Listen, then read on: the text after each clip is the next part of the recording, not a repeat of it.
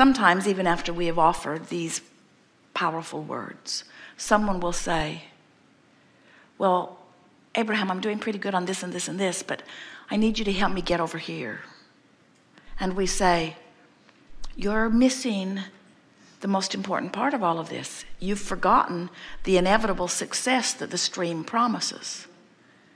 And you must believe in the process. You must understand the stream. Because if you're taking score about where you are, then you might very well be pointed right upstream and hindering your progress. But if you are making peace with where you are in the attitude of, oh, I'm not where I'm ultimately wanting to be, but I'm all right where I am and the stream is carrying me, and so it's inevitable that I will get what I want because I am a worthy being. The stream tells me that. Now, everything turns around for you. In the moment that you let go of those oars and the stream turns you, in that very moment, as that relief is washing through you, you begin to move and physical things begin to become apparent immediately. In other words, we really are not asking you to just let go of the oars and let the stream turn you and then maintain an attitude of patient faith for a long period of time until you start getting evidence of your work. Because when you let go of those oars consistently, you don't have to be patient because the stream carries you quickly. In other words, you're going to begin to get evidence. In fact, it's a very common thing for people to say to us or to Jerry and Esther, all kinds of things began to change immediately once I get hold of the idea of letting go and releasing. People have been talking about this for a while. They've been talking about surrendering. They've been talking about letting go and letting God. And we're wanting you to understand how powerful those messages are. When you let go of the resistant thought, which is the only reason that you haven't been discovering the pen in your purse, even though it's that obvious. Do you know your fortune is as easy as that? It is as easy to create a castle as a button when you let yourself leverage the energy that creates worlds. But when you're banging around trying to make it all happen through action and you're not paying any attention to which direction you're going in the stream, you can't offer enough action. There's not enough action in the world to compensate for that bucking of the current that you're doing. You must turn and go with the flow. We just love it when somebody gets terminally ill. It's so delightful. Well, we're teachers, you see, and when someone gets terminally ill and they've been told there are no more options, we can't cut it out, we can't give you a pill, we don't have a process for it, we don't have any action thing that we can give you, then they have no choice but to do the only thing that really did anything anyway. Sometimes they give you a pill and the pill causes you to believe, so you turn, and that's why you recover. Sometimes they say, here is a surgery, and you believe in the surgery, so you turn and go with the flow for a little while. But what we've noticed with your Western medicine, with all healing, is that if you're looking for cures, they're usually very temporary, and something else pops right up soon again. You must get to the vibrational cause. You must get to the vibrational discord before you have any lasting well-being. So now you understand the whole picture.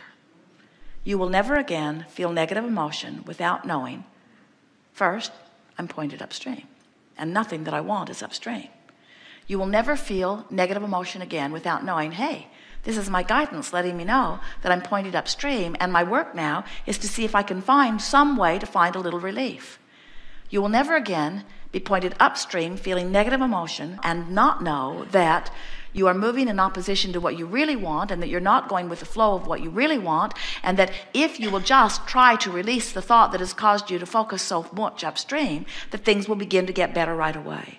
You now have the complete understanding of everything that's ever happened to you, everything that ever will happen to you, and everything that's happening to everybody who's around you. In other words, there is nothing that is happening outside of this powerful law of attraction. There is nothing that is happening outside of this stream of life that you're going with or you're not. There is nothing that is outside of that. And now you have this picture of that.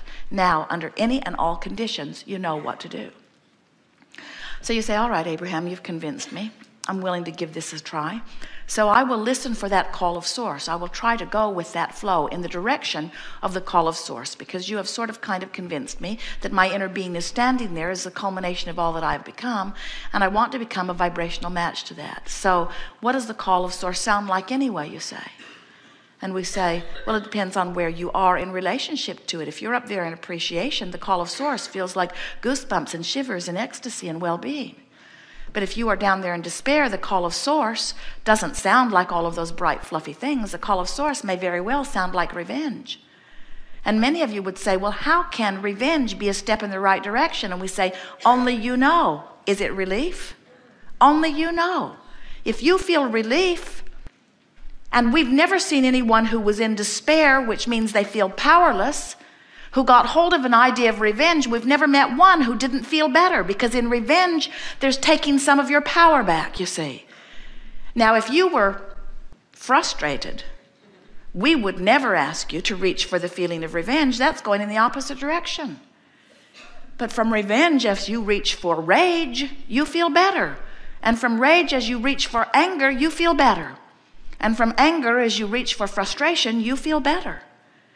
So as you reach for that feeling of feeling better, for that feeling of relief, now you always know which way to go.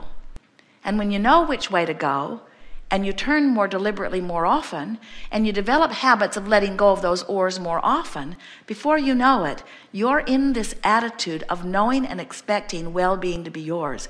And it doesn't take long for it to go from hoping, which is where many of you may be right now, from hoping to believing to knowing, because once you get to the place that you are more often hopeful than not, you're flowing so steadily with the stream that manifestations are happening all over the place that are giving you belief.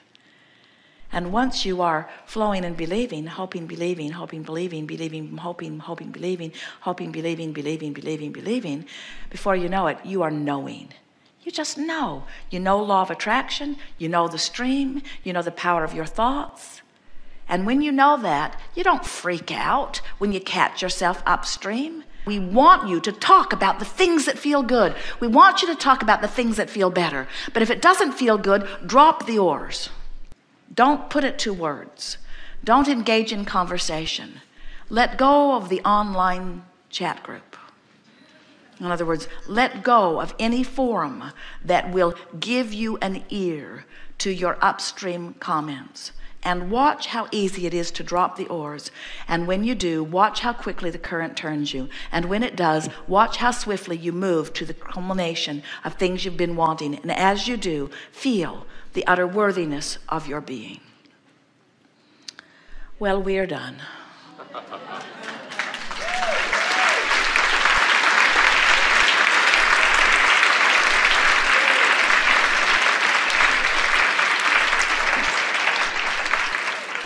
We are eager to talk with you about anything that is important to you.